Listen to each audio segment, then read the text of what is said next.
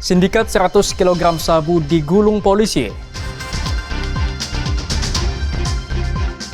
3 remaja tenggelam di Danau Toba.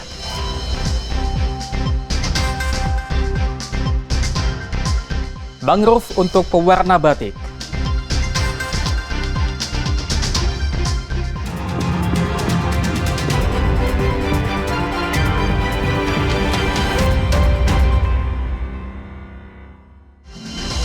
Halo, selamat pagi saudara. Kompas Sumut hari ini hadir dengan beragam informasi penting dan menarik dari Sumatera Utara. Selain 3 sorotan tadi, sejumlah informasi lain akan kami sajikan dalam Kompas Sumut. Bersama saya Emir Syapurba, inilah Kompas Sumut selengkapnya di Kompas TV, independen terpercaya.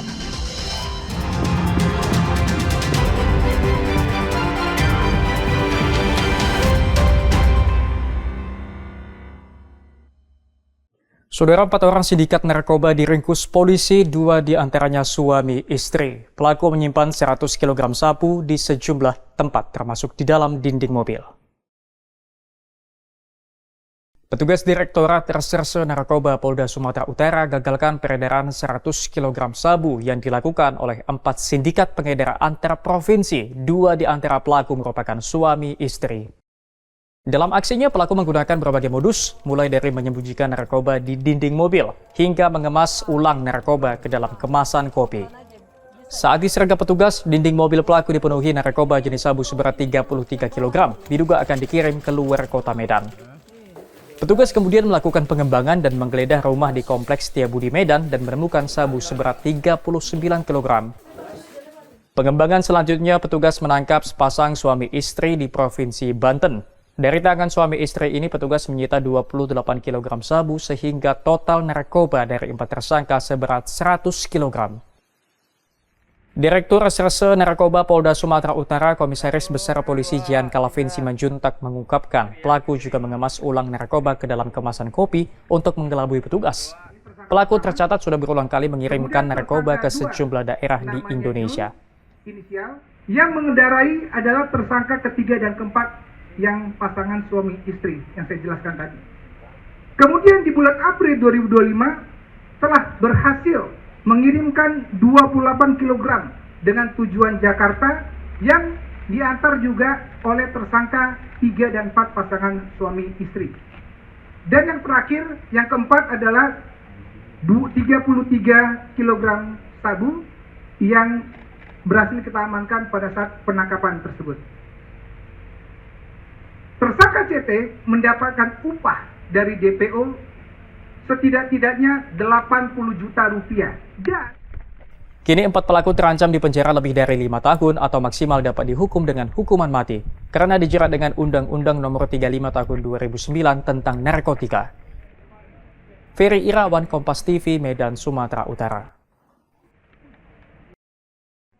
Saudara, Polda Sumatera Utara meringkus ribuan pelaku aksi premanisme yang kerap meresahkan warga di sejumlah kabupaten kota di Sumatera Utara. Para preman ini diamankan petugas dalam operasi Pekat Toba. Sebanyak 1.130 preman diamankan polisi yang menggelar operasi Pekat Toba selama 14 hari terakhir. Para preman ini ditangkap di sejumlah kabupaten kota yang ada di Sumatera Utara. Mereka ditangkap dalam 954 kasus berbeda dalam operasi serentak yang dilakukan oleh Polda Sumatera Utara bersama jajaran Polres. Selain kerap meresahkan warga dengan cara memeras, pelaku aksi premanisme ini juga terindikasi kerap melakukan pemerasan terhadap pelaku usaha dengan berkedok ormas. Preman-preman yang ditangkap dan terbukti secara pidana melakukan pelanggaran hukum kini ditahan di Polres dan Polda Sumatera Utara. Sedangkan yang tidak terbukti melakukan tindak pidana melakukan pelanggaran hukum akan dilakukan pembinaan untuk kemudian dikembalikan ke pihak keluarga. Wakapolda Sumatera Utara Brigadir Jenderal Polisi Rauni Samtana mengungkapkan dari 1.130 preman yang ditangkap, 178 diantaranya dilanjutkan proses hukumnya. Beberapa dari mereka yang ditahan dan proses hukumnya dilanjutkan merupakan anggota ormas yang melakukan pemerasan dan memiliki senjata tajam. Seutuhnya didedikasikan untuk bagaimana Polda Sumatera Utara beserta jajaran melakukan pemberantasan aksi premanisme baik yang dilakukan oleh sekelompok orang ormas maupun perorangan. Ya, sama-sama kita ketahui bahwa keberadaan mereka ini tidak saja meresahkan masyarakat Sumatera Utara, tapi tidak bisa dipungkiri juga meresahkan orang-orang yang ingin berinvestasi di Sumatera Utara. Terkait dengan maraknya anggota ormas yang meresahkan masyarakat, staf ahli bidang ideologi dan konstitusi Kemenko Polhukam Irjen Pol Desmond Tarigan menegaskan saat ini tengah dilakukan pengkajian terhadap keberadaan ormas-ormas terkhusus yang meresahkan masyarakat. Dan beberapa waktu lalu, Menko Polhukam sudah mengumpulkan seluruh kementerian lembaga. Di Kemenpolhukam sudah dibahas dan akan dikaji kembali mengenai regulasi-regulasi apa yang perlu ditekankan kembali.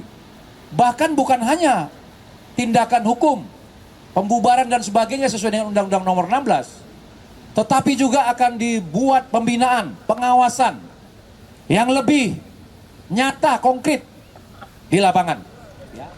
Untuk 952 pelaku yang tidak terbukti melakukan pelanggaran akan dilakukan pembinaan dan akan diawasi agar tidak kembali melakukan hal serupa. Ferry Irawan, Kompas TV, Medan, Sumatera Utara. Saudara, 6 orang penagih hutang atau debt collector ditangkap petugas Polres Asahan usai menarik paksa mobil milik seorang wanita menggunakan truk towing. Pelaku juga memeras korban senilai 15 juta rupiah.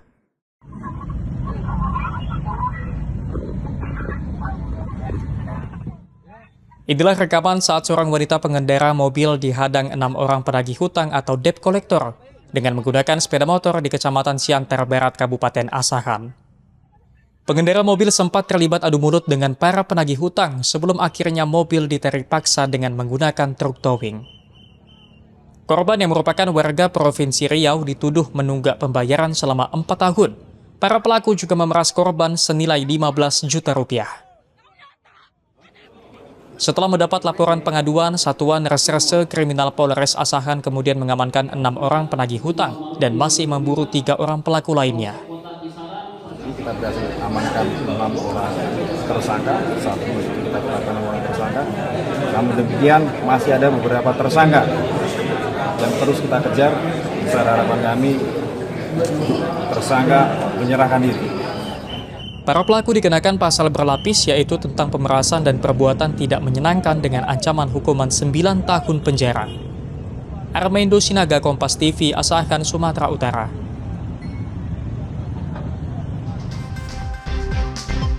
Tiga remaja tenggelam di Danau Toba, saksikan usai jeda.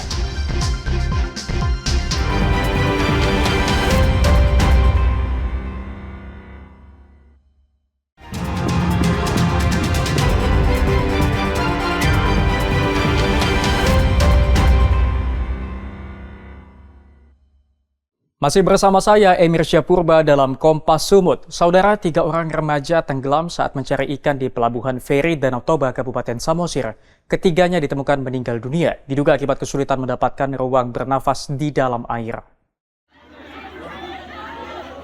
Warga di Pelabuhan Feri Danau Toba dikejutkan dengan tenggelamnya 3 orang remaja pencari ikan di Pelabuhan Feri Danau Toba, Onan Runggu, Kecamatan Onan Runggu, Kabupaten Samosir.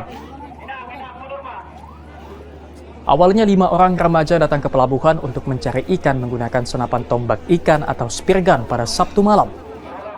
Salah seorang remaja, Brian Samosir, berusia 18 tahun, mengawali penyelaman mencari ikan, namun 1 jam ia tidak kunjung muncul. Kemudian rekannya Aldi Samosir dan Riguel Hutagaul mencari Brian dan menyelam menggunakan senter untuk penerangan. Naas ketiganya tak kunjung muncul ke permukaan sehingga teman korban melapor ke Polsek Onan Runggu. Koordinator Possar Parapat Danau Toba kemudian mencari korban dengan menggunakan alat Eagle Eye. 5 orang penyelam yang turun berhasil menemukan ketiga korban pada siang hari. Korban ditemukan di kedalaman 3 meter lebih. Karena airnya gampang keruh, jadi kami lakukan 3 tahap supaya korban cepat ditemukan dan dievakuasi. Dan ketiga, korban tadi akhirnya berhasil dievakuasi. Yang terakhir itu pukul 15.50 atas nama Aldi Samosir. Dengan ditemukannya semua korban telah diketemukan dan dilarikan ke puskesmas, selanjutnya diserahkan ke keluarga korban.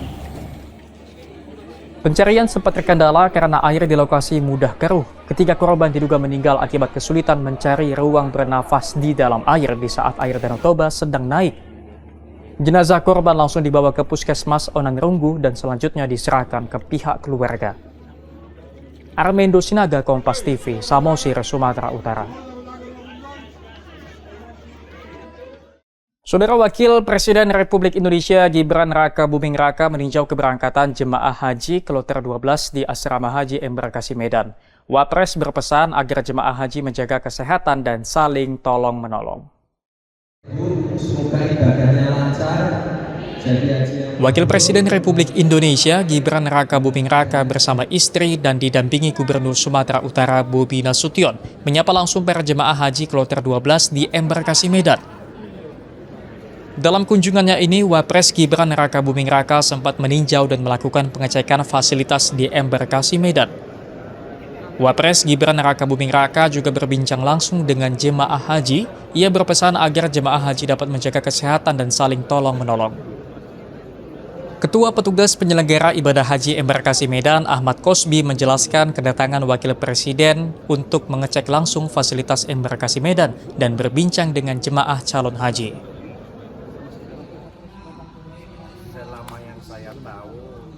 Alhamdulillahirrabbilalamin, kita Embarkasi Medan di Kloter 12 ini kebetulan kunjungan kerja Bapak Wakil Presiden Republik Indonesia ke Sumatera Utara dan sekaligus mendatangi embarkasi sapa jemaah haji. Alhamdulillah beliau telah melihat, menyurvei seluruh fasilitas yang ada di asrama haji, langsung bertanya ke jamaah apakah pelayanan asrama haji bagus, bersih, makannya enak, nikmat. Alhamdulillah semua jamaah memberikan nilai yang bagus. Alhamdulillah. Jemaah haji Kloter 12 asal Kabupaten Batubara mengaku senang dengan kunjungan Wapres Gibran.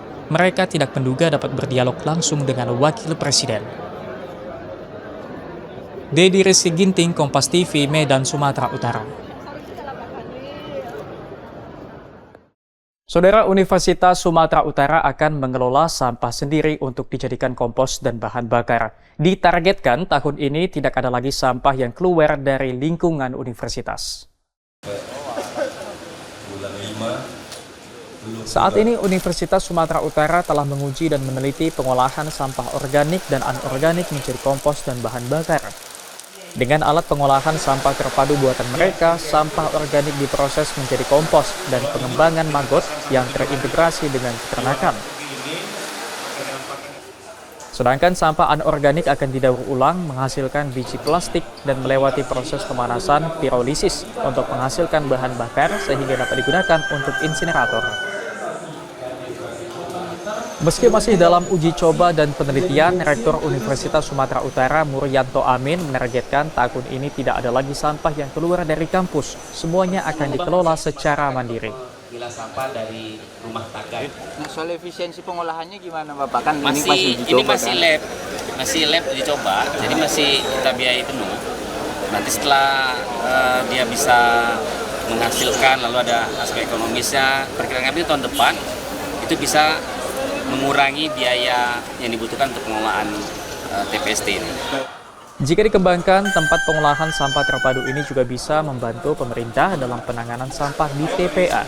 Dalam prosesnya saat ini masih kendala dalam proses pemilahan sampah organik dan anorganik masih bercampur.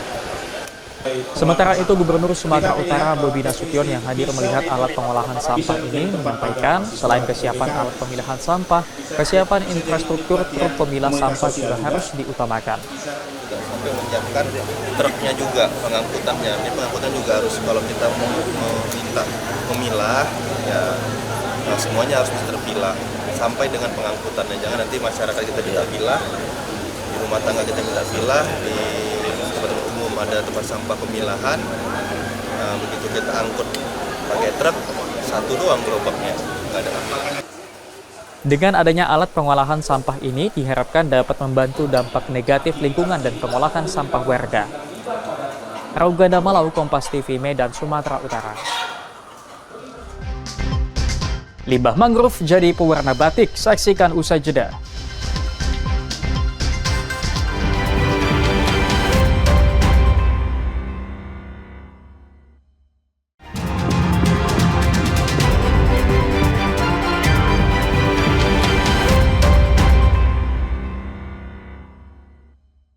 Masih bersama saya, Emir Syapurba dalam Kompas Sumut. Saudara, terdorong rasa prihatin dengan pendidikan anak-anak pesisir, sekelompok mahasiswa dan pelajar membuka sanggar rumah edukasi di Desa Bagan Percut, Kabupaten Deli Serdang.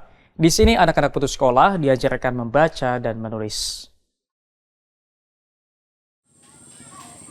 Sebuah bangunan terbuka tanpa dinding di Dusun 19, Desa Bagan Percut dijadikan sanggar rumah edukasi anak pesisir. Di sini ratusan anak-anak yang mayoritas putus sekolah berkumpul untuk belajar membaca dan menulis di setiap akhir pekan.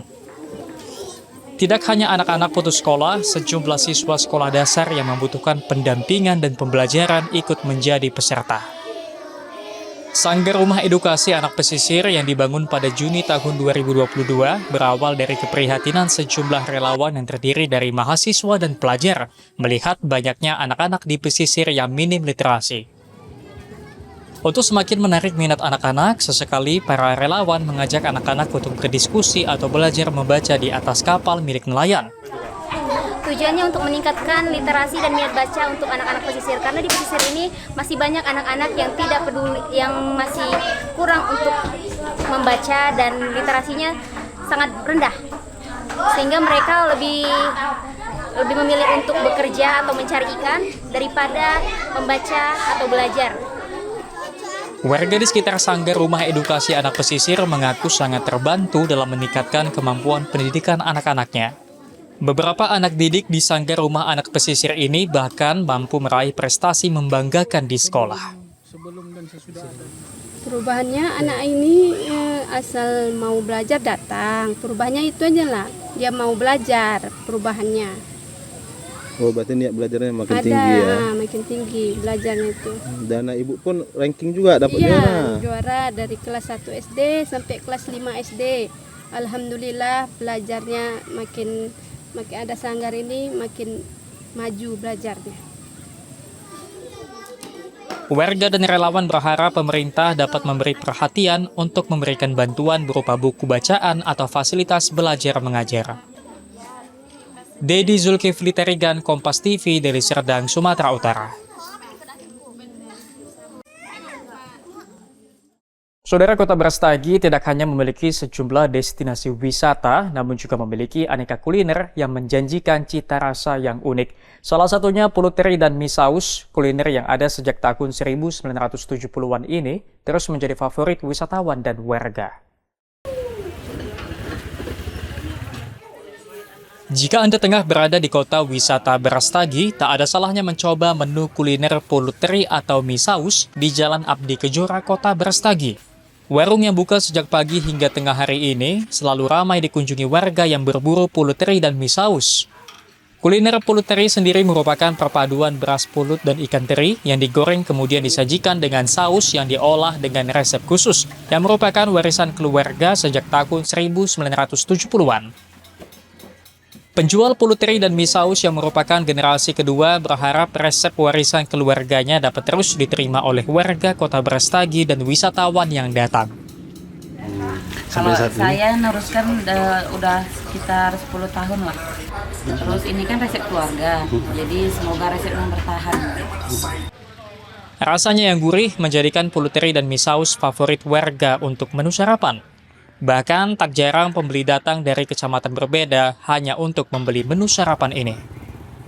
Kebetulan istri saya kan langganan di sini Bang, terus mau sarapan, jadi saya beli dari Tiga Panang ke sini Bang. Berarti udah langganan khusus di sini Bang? Iya. Gimana rasanya Bang? Otentiknya seperti apa nih Bang? Sini sih andalannya pulut terinya Bang. Mantap. Untuk menikmati menu kuliner ini, Anda cukup membayar Rp5.000 untuk satu porsi pulut teri atau mie saus. Hendri Setiawan, Kompas TV, Karu, Sumatera Utara. Saudara, limbah kayu tanaman mangrove dapat diolah menjadi bahan pewarna batik. Setelah diolah, kualitasnya tidak kalah dengan pewarna batik lainnya. Beragam jenis tanaman mangrove yang ada di Indonesia memiliki banyak manfaat.